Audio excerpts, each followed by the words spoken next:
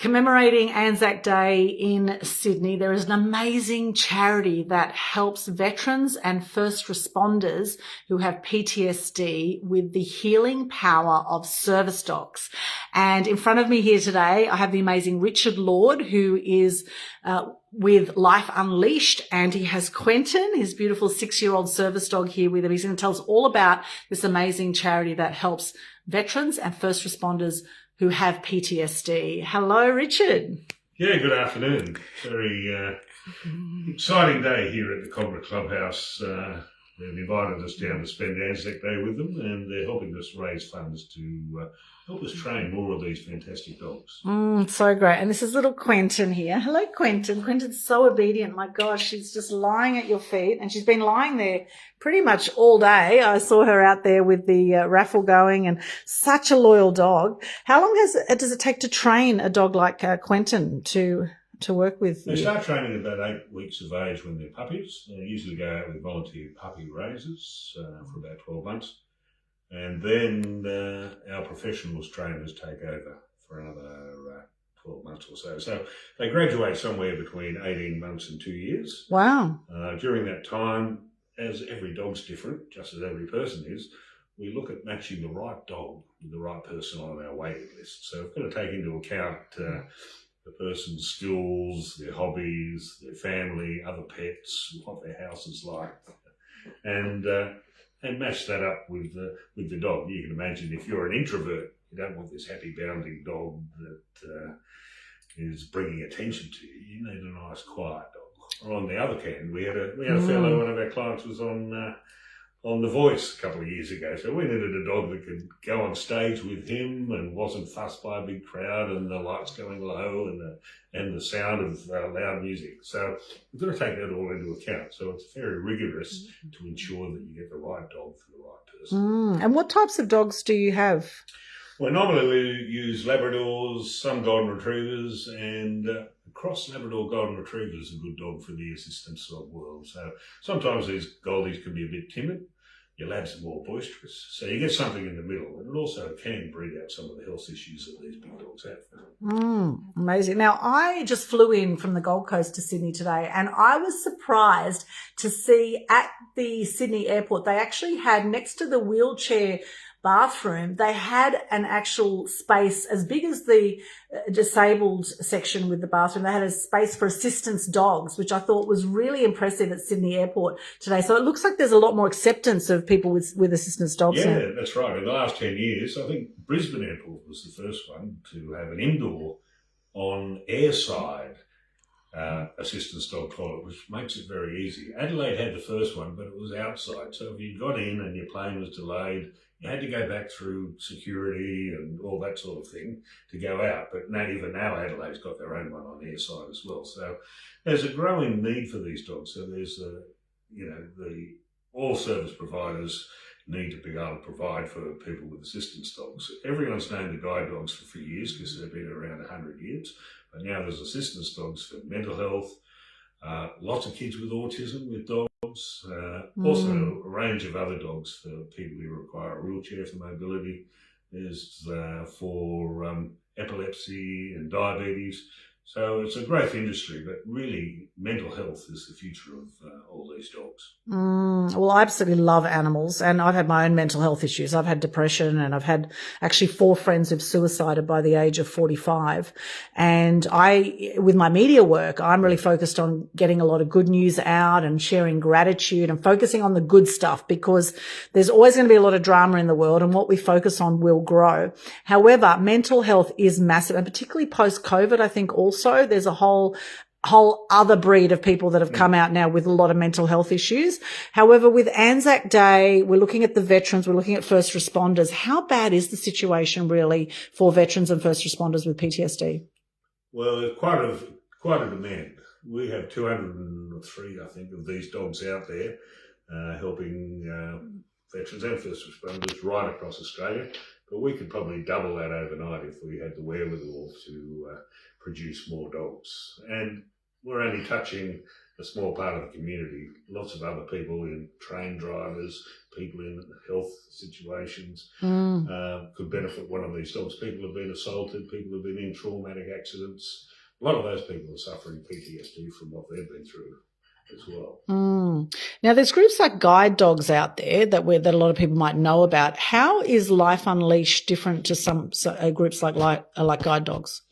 Well, it's interesting that the training's pretty similar. About 80% of the work is similar. But with guide dogs, they've got to sort of make up their own mind and be able to say that this is a dangerous situation, we're coming up to some stairs or the end of the platform. So they've got to be able to make their own mind up and tell their owner that here's a place to stop. Lots of our dogs are more task orientated, but these dogs are using their nose. They can tell that you're becoming more agitated or more anxious through the smell they can smell the cortisol in your body's rising. So our dogs will lean in on you, or if you're sitting down, they jump up in your lap and just reinforce that you're okay, I'm here with you, you'll be fine. Many of our people don't want to go to sleep at night because they have horrendous night terrors. So a dog that can smell you're going into a night terror and then wake you up before you go into full-blown terror is very beneficial for our people. So, as I said, the stats are that the average age of the person who gets one of our dogs is 44, and 85% of the people we work with will never work again due to their effects of service to their country or their community. So just to get them back into the community is very positive for them. Simple things, going and watching your kids play sport, going out to a restaurant meal with your partner, just going back and doing the things you used to do, maybe going to the local swimming pool every day or going to the library or whatever. It just makes you feel part of the community again and get you involved and, keeping your mind off the issues that you've, dealt with in the past. Wow. Huge. Now, as a journalist for many years, a lot of journalists also have PTSD because they've often covered, accident scenes or some serious events. Like I remember turning up at an accident scene, west of Brisbane where some train bogies landed on an elderly couple in a car. And we got there because we had the police scans. We got there before the ambulance and before the police got there. And we were dealing with that as journalists. So I know, journalists have that kind of PTSD. With people, who have been veterans or first responders, what specifically creates a lot of this PTSD, do you think? Is it seeing the limbs blown off or the people dying, or what is it specifically you think that causes this PTSD? Well, I suppose it's all sorts of situations that they may find themselves in. Seeing tragic situations like that, firing at people. It's something that you're sort of... You don't grow up to think you're going to be doing in that sort of situation. So, no. And they may be doing it continuously over days and years, so it can build up and be something that, it's going to affect you for the rest of your life. And it's been around forever. It may have not been called PTSD, but it's always been shell shock or war neuroses. And, before it was sort of recognised, people talk about their grandfathers and fathers who'd been to war who never talk about it. So they just keep it all locked inside. Well, I think today there's more recognition of it and people are more open about it, and there's more support from government through Department of Veterans Affairs, for instance, for the vets with, PTSD, looking at ways not only through assistance dogs or service dogs, but other courses I've seen, artwork and yoga and meditation and a whole range of other things, working with horses that are helping these people get back into the community and deal with their PTSD. Amazing. Yes, there's lots of different ways you can deal with it for sure. Now, what is it about dogs you think that is so special? Well, I think they'll always love you. Yes. They never give away your secrets. Yes. And that ability to know that you're getting anxious and that they're going to come in and rest their chin on your leg or lean in on you or, as I said, wake you up if you're heading into a night terror. So, and they're very loyal, of course. And I've seen it on many occasions, it helps bring that bond of the family back together.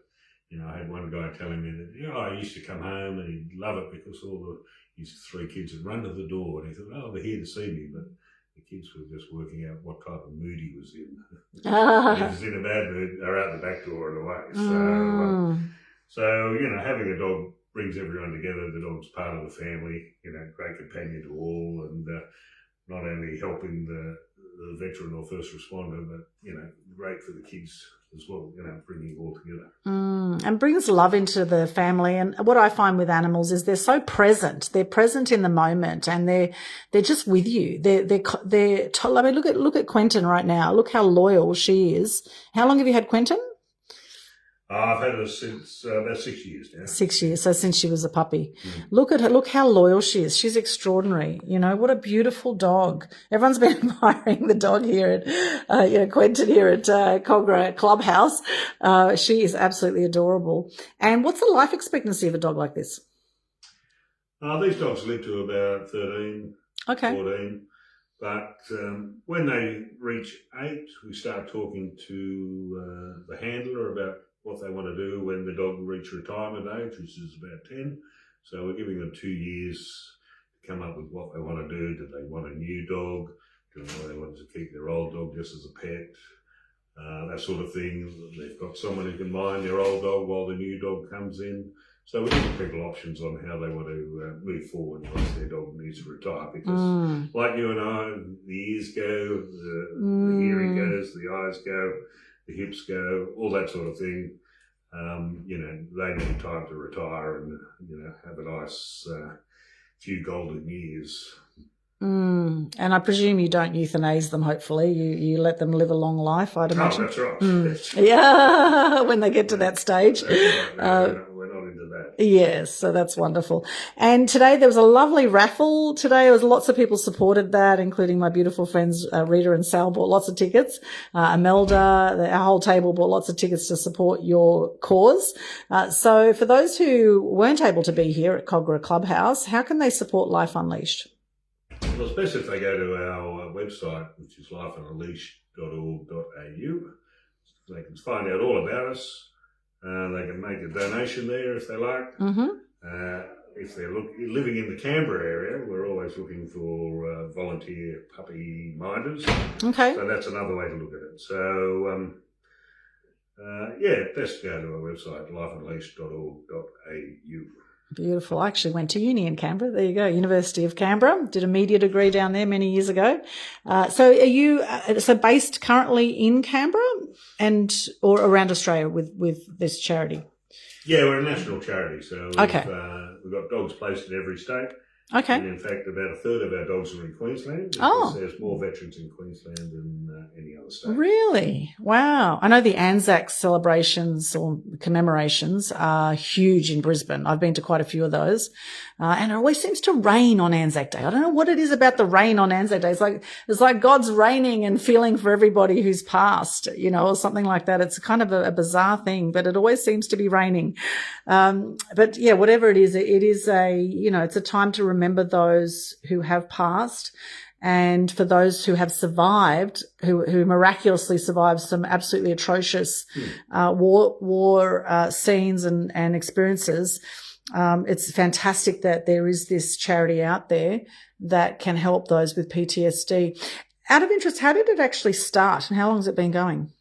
Well, we just celebrated our 10th anniversary last week. Oh, Started congratulations. by a couple of veterans in Canberra. Oh. And it's just moved on from there. The original patron was General Hurley, who was the Governor of New South Wales at the time, but of course went on to be the Governor General.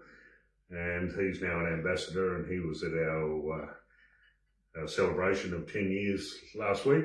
Oh. And our patron now, of course, is Governor General Sam Mostert. Ah. So, they enjoy supporting us because they see the benefits of these fantastic dogs for veterans and first responders. It's brilliant. I can see Quentin's a bit shy at being on camera. She's looking the other way. But if I wave, here we go. There she is. Hello, beautiful. Hello, gorgeous. She's had a big day with me a long time. Yes. She's ready for bed, ready for siesta this afternoon. Thank you so much, Richard. Is there anything else you want to share?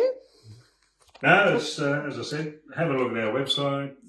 People may know some veterans or first responders who may benefit from one of these dogs. So that's the other thing to look for on our website. But of course, if you can help us financially, we can train more of these beautiful dogs to help more people right across the country. Yeah, amazing. And do people pay for the dogs? How does it work? No.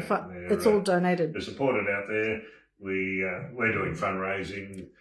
Department of Veterans Affairs contribute to these dogs. Okay. And we look for individuals and corporates who can help us, as I said, put out more of these dogs. Amazing. Well done. That's fantastic. So volunteers, donations, lifeunleashed.org.au is the website to go to. And looks like you are both going to rest very well tonight after the events that have happened here at Kogarah Clubhouse today.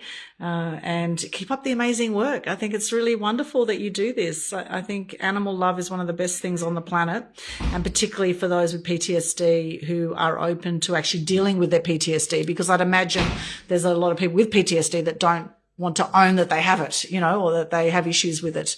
So that's half the thing too, probably, is the awareness around that, right? And I've heard too, a lot of veterans end up being big drinkers, or they end up, they have anger issues and they have all this sort of thing that can happen as well. So you've got the behavioural side. Yeah, that's right. So, a lot of these people are at home, not going out, self-medicating on alcohol. So to be able to give them that confidence to get back out, part of the community, part of their family again, makes a big difference. Yeah, wonderful, Richard. Thank you so much for your time today, and keep up the amazing work. No, thank you, and thanks for your interest. Thank you, Richard. And that is Richard Law we've been chatting to from Life Unleashed, which has also been known as Integra Service Dogs Australia. You'll see them on Facebook, Integra Service Dogs Australia. I've actually tagged them in the comments here. Thank you for joining us live. I can see Conpap, Peter Watkins there. Hello. Good to see you guys. Please support this amazing cause. What a wonderful cause for veterans and first responders with PTSD. It says here on the card, dogs enrich lives, ours save them. Helping veterans and first responders live fuller lives with service dogs. Donate, support, change a life. Amen to that. Thank you for joining us. Please spread the love. If you know someone who could benefit from this amazing cause, please share this video or share the website. Again, that website is lifeunleashed.org.au. Have a wonderful ANZAC day, and let's think of those and remember those who have passed, who've given their lives for us and our freedoms today. And for those who have survived, let's do our best to help them as well live fuller lives and live the best lives they can. Thank you once again, Richard. We'll see you again next time. Thank you. Thank you, Quentin, too. Bye.